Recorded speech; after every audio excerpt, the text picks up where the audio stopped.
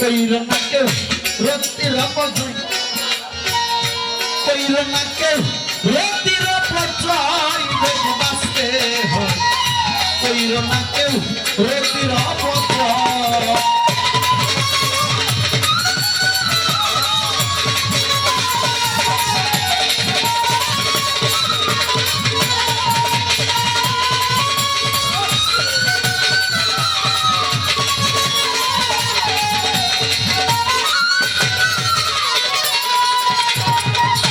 ধৈর্য ধরেন, নীরবে থাকেন যত জ্ঞানীদের নন্দ, আস্তে ধীরে রাজা স্বরে কিছু করিব বর্ণন।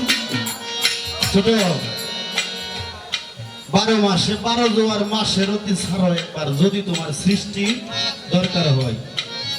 কিছু মানুষ মনে করবে বয়তি কয় কি, যদি 12 মাসে মাসে একবার হয় না, একবার করে যদি ওইখানে যাই তাহলে আর বউ থাকবো নি, আছে না এরকম? লাস্টের অন্তরে কি বলেছে? আবাদ করে দেহ জমি হয়ে না খুনি আসামি। আল কোরআনে একটা নারীকে জমিন হিসাবে আখ্যায়িত করা হয়েছে। ছোট আল কোরআনে একটা নারীকে জমিন হিসাবে আখ্যায়িত করা হয়েছে, আর একজন পুরুষকে কৃষক হিসাবে আখ্যায়িত করা হয়েছে। আপনাকে যদি প্রশ্ন করা হয় যে বাজান বা ভাই ছোট এই জমিতে কি লাগাইছেন, বলতে পারবেন না? আলুর বীজ, সিমের বীজ, কাঁঠাল বীজ বলতে তো পারবেন। জমিতে কি রোপণ করছেন এটা বলতে পারেন। আর আপনি ওই স্বামী স্ত্রী মিলন করে ওইখানে কি রাখলেন এটা জানেন না? হ্যাঁ, এটা জানেন না? এটা পরীক্ষা করতে কি করতে হয়? আলট্রাসোনোগ্রাফ করতে হয়, হয় না? না, এটা লাগবে না আমার, এটা লাগবে না আমার ভক্ত। তোমাকে বলি গুরুগঞ্জে যাও, গুরু তোমাকে যখন হুকুম দিবে, যখন যাহা প্রয়োজন তখন তাহাই নিয়ে আসবে। এই সে গুরুগঞ্জে যাওয়ার আরেক উপকার।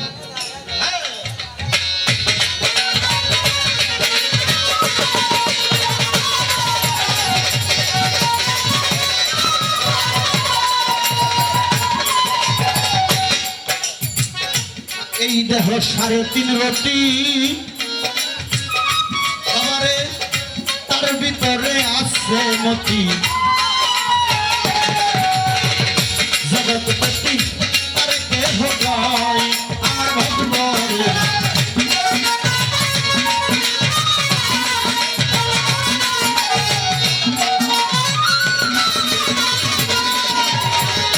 এই দেহ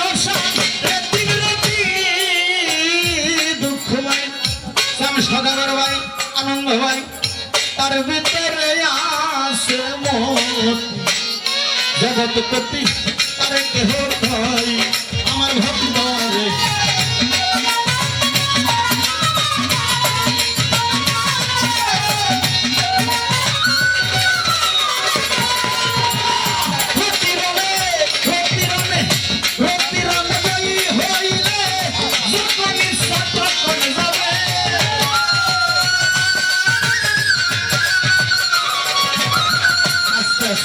এই যে 12 মাসের কথা কিন্তু ভাঙিয়ে দিলাম, 1 মাসে একবার যাওয়া লাগতো না, যখন মন চায় তখন যাইতে পারবেন। গোসাই মদন মোহনের একটা গান আছে, রসিকের নাই রে সকাল, নাই রে বিকাল, ইচ্ছা মতো নাও চালা।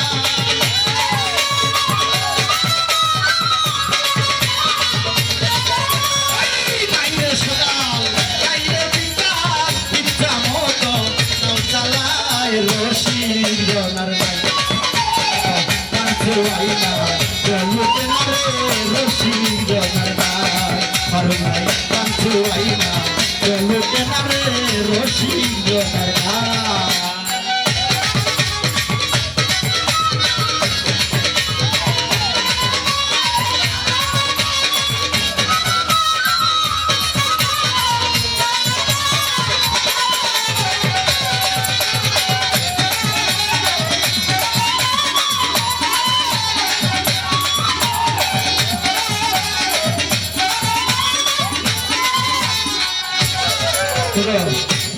আপনার আছে এরকম বিয়া করাইছেন, 6 মাস 1 বছর হয়েছে, সুন্দর ফুলাটা বিয়া করাইছেন, এবারে হারমোনি মাস্টারের মতো এত সুন্দর ফুল একটা বিয়া করাইছেন, কিন্তু 6 মাস যাইতে না যাইতে সাফার মধ্যে সাকাউন দেব আছে না গো, আছে না? হ্যাঁ, এইটাই হচ্ছে গেলেই ধরে, ধরলেই পরে, ফললেই মরে। এই জন্য দরকার গুরুগঞ্জে যাওয়ার। কুম্ভক নামের সাধনা আছে, সকালবেলা উঠবা, সন্ধ্যার সময় নামবা, তাও তোমার রতিকয় হবে না। এই মন্ত্র গুরুগঞ্জের থেকে শিখতে হবে। রাস্তাঘাটে বেছে বাচ্চাদের দেখে নিলে এক পাইনি যথেষ্ট, আছে না গো? ওই না মনে করেন যে 80 বছরের বৃদ্ধ, 60 বছরের, আসতে ছোট, আমার কথাগুলো খারাপ লাগে বাবা। 80 বছরের বৃদ্ধ, 60 বছরের বৃদ্ধ যায়, ঠিক আছে, এটা মাইনে নেওয়া যায়, কিন্তু এগারোর মতন যুবকরা যায় কে লিগা? হ্যাঁ, এগার তো অভাব হওয়ার কথা না। এরা যায় কেন যায়? এরারও ব্যাটারি ফিউজ, এরারও ব্যাটারি ফিউজ। কেন ফিউজ? এই যে গুরুগঞ্জে যায় নাই, গুরুগঞ্জে যে গেছে তার ঝরা মৃত্যুর আর ভয় থাকে না। এই জন্য গুরু ধরতে হবে। তাই বলেছে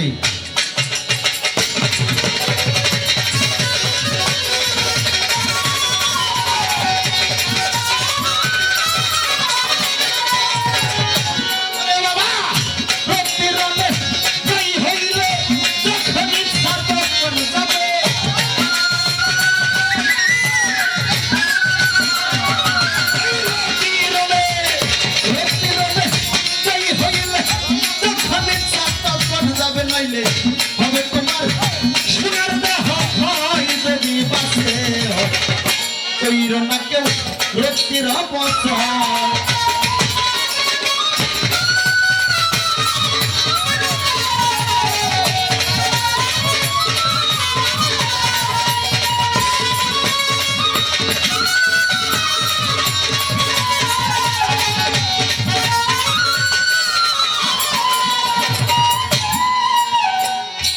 রক্তিমূর্তি যাতার সিফাত বাবারে, তার ভিতরে বান্দার হায়া, আদম সুরত যাতে সৃষ্টি হয়।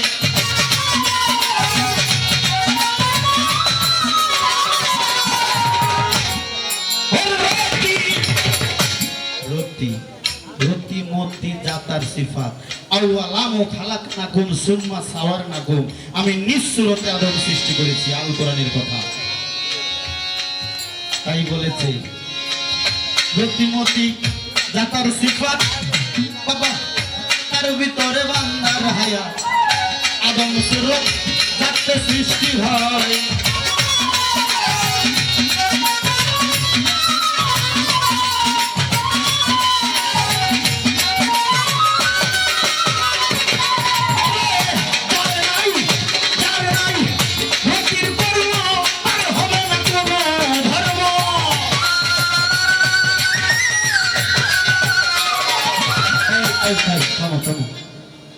বাবা, জগতের বুকে খুনির কোন ইবাদত বন্দেগী আছে?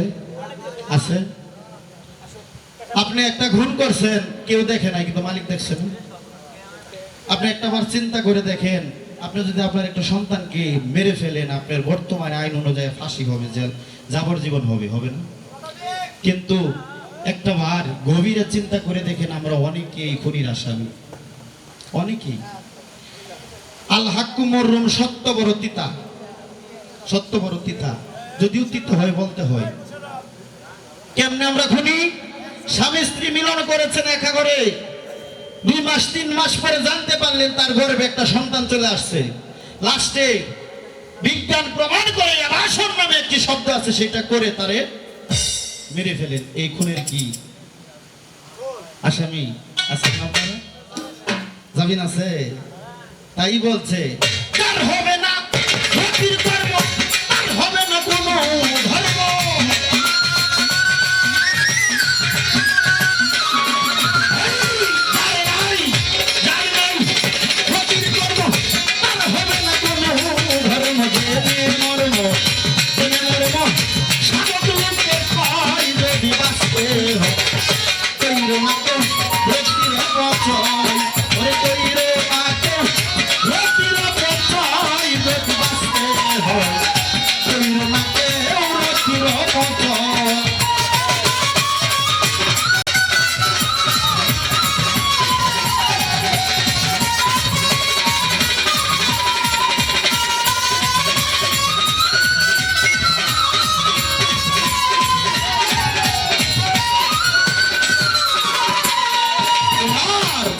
আসবে সন্তান আসবে যখন নিঃস্বাদ নাই রে করতে মিলন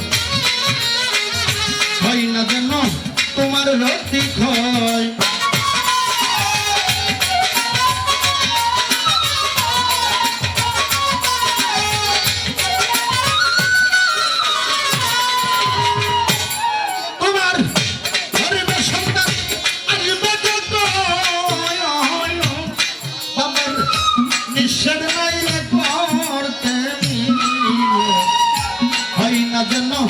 তোমার রতি ক্ষয় আমার ভক্ত রে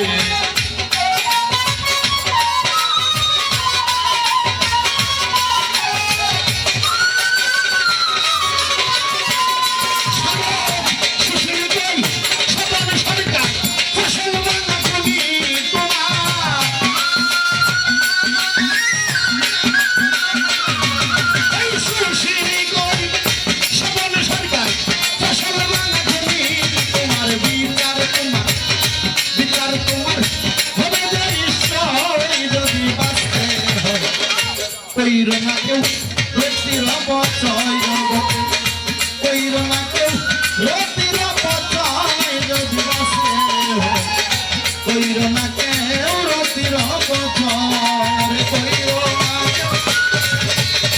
এই যে রতির অপচয় যদি বাঁচতে হয় কইর না কেউ রতির অপচয় এই জগতের বুকে বাবা কেউ কারো আপন না সকলের একদিন পৃথিবীতে চলে যেতে হয় কিন্তু আমরা যেন গুরুগঞ্জে যাই পীর মুর্শিদের হাত ধরি যদি কারো জানার বোঝার ইচ্ছা থাকে এই বিষয়ে কোনো প্রশ্ন থাকে আমাকে করবেন আলেম ওলামা হেফাজ ইসলাম জামাত ইসলাম কারি যত মুক্তিমূলক হয়ে আছে যদি কেউ থাকেন আমায় প্রশ্ন করবেন আমি কোরআন থেকে দলিল দিয়ে যাব বায়াত হওয়া জায়েজ বায়াত হইতে হবে শুধু আপনি না আপনার ঘরের স্ত্রীকেও বায়াত করাইতে হবে এটা হলো দলিল পালাগান শুনলে ধৈর্য লাগে এই যে গানটি করলাম যে কথাগুলা বললাম এগুলা শুনলে কি কারো কামবাব জাগৃত হবে তার পিতা মাতার কথা স্মরণ হবে মৃত্যুর কথা স্মরণ হবে এটাই হইল ইবাদত এখানে কোনো ফাসিকি কথা নাই একটা দিনে সকলেরই এই পৃথিবী ত্যাগ করে চলে যেতে হবে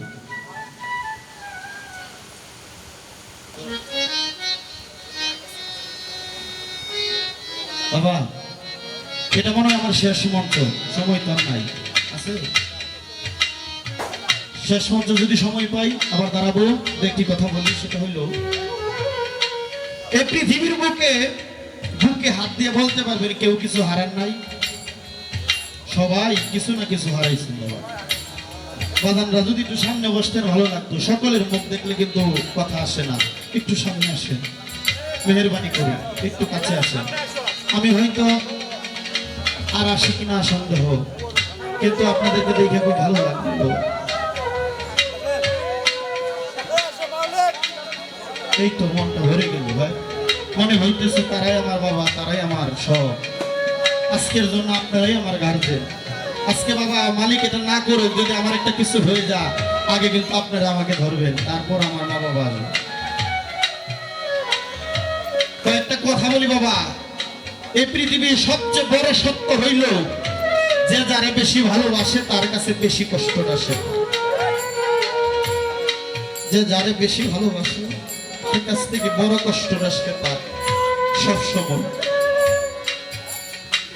এই পৃথিবীতে যদি তিনটা ব্যক্তি আপন একটা হলো গর্ভধারিণী মায়া জন্মদাতা পিতা আর যদি কারো পীর মুর্শিদ বেঁচে থাকে দুলাল ভাই এর চেয়ে বড় আপন আর এই পৃথিবীতে কেউ হয় না সকলেই ভালোবাসে শুধু স্বার্থের জন্য যারা মা বাবা আছে তারা মা বাবাকে খেজমত করিও এটা হইল আমার তোমাদের পায়ে ধরে বলে গেলাম আর যদি একবার এই মূল্যবান সম্পদ হারিয়ে ফেলো আর কখনো জীবনে ফিরে আসবে আমার বাড়ির পাশে বাবা একটা সত্য ঘটনা বলবো একটা ছেলে 5 বছরের জন্য বিদেশে গেছে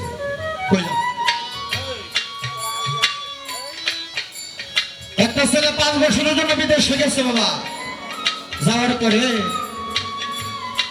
যখন সে সামনে সপ্তাহে বাড়িতে ফিরবে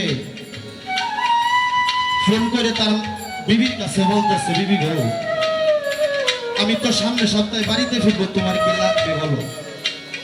বিবি কয়, তুমি 5টি বছর পরে আমার কাছে আসতেছ, সকলে আমার বিদেশির বউ বলে, তুমি আমার জন্য স্বর্ণের কানের ঢোল, হাতের বালা, গলার মালা যদি না নিয়ে আসো, আমি বাড়িতে মুখ দেখাইতে পারবো না।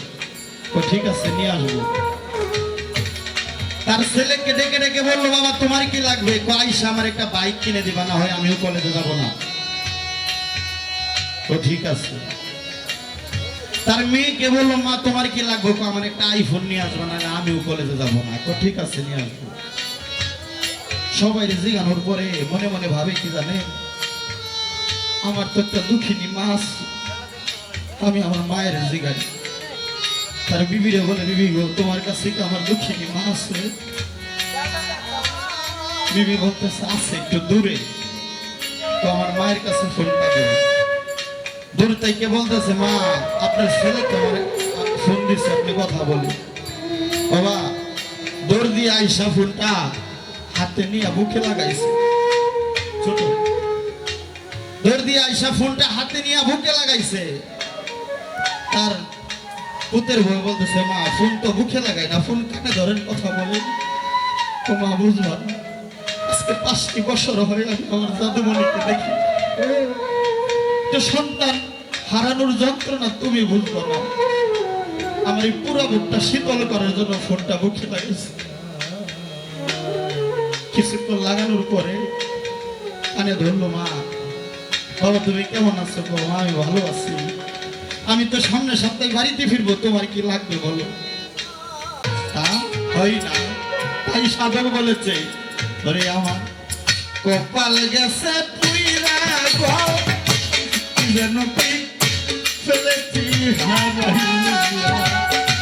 কপাল গেছে পুইরা গো, কি যেন কি ফেলেছি হারাইয়া। ধরে আমি হারাইছি, হারানোর ভাই, ধরে আমি হারাইছি, পাবো না আর ফিরিয়া। কি যেন কি ফেলেছি হারাইয়া। কপাল গেছে পুইরা গো, কি যেন কি ফেলেছি হারাইয়া।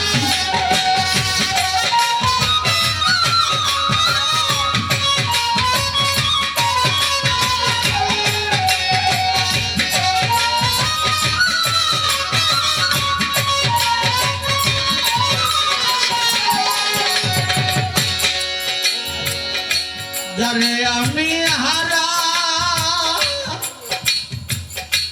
আছি গো, রে আমার এই জীবনে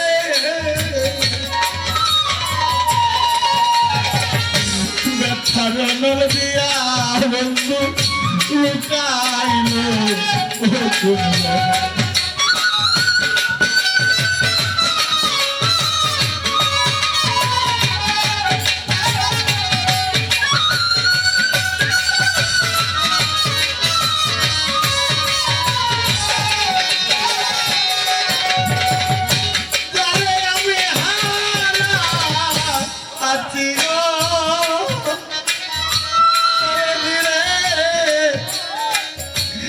আমার এই জীবনে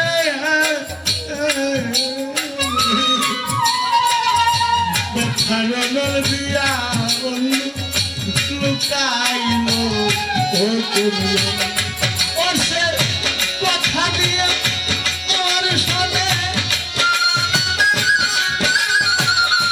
কথা দিয়ে আমার সামনে গিয়েছে যে বলিয়া, চলেছি হারিয়া। কপাল গেছে পুইরা গো, যেন চলেছি হারিয়া।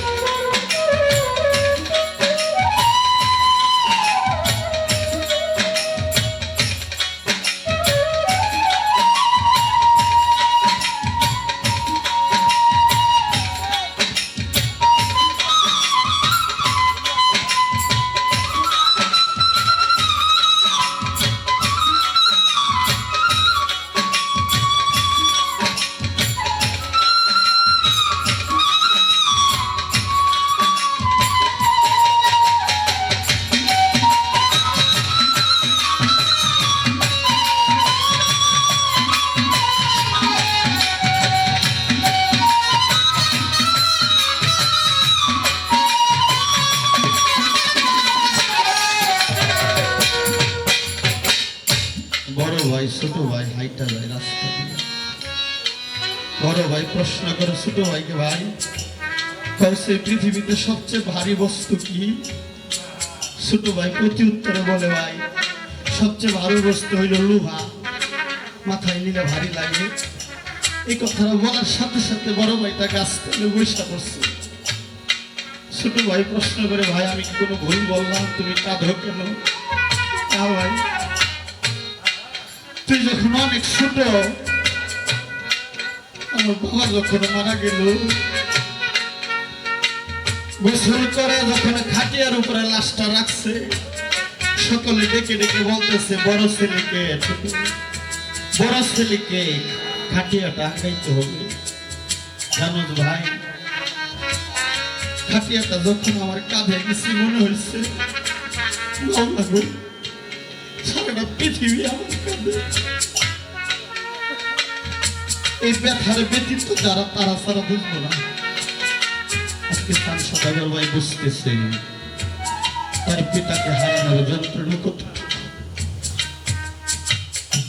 আমার মায়ের লাশটা যখন গোসল করে বলল আমাকে খাটিয়াটা ঘাড়ে নেওয়ার জন্য, তখন নিতে পারি না। মনে হয়েছে পৃথিবীটা আমার মাথার উপরে, আমার ঘাড়ে। এই ব্যথা ব্যতীত ছাড়া কেউ বুঝবো না।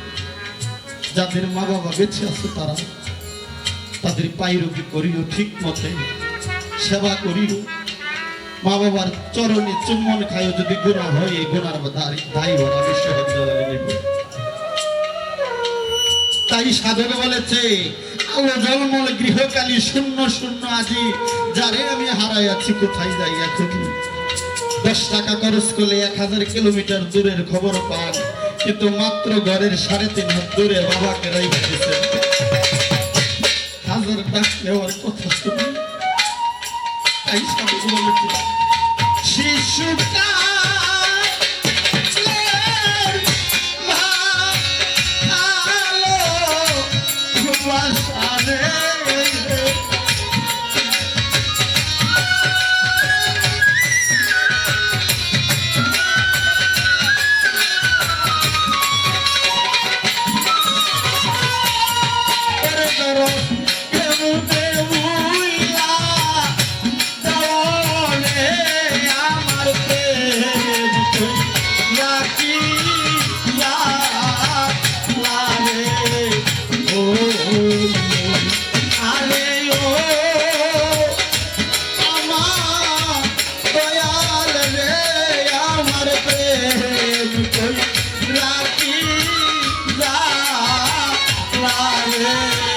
oh, oh, oh.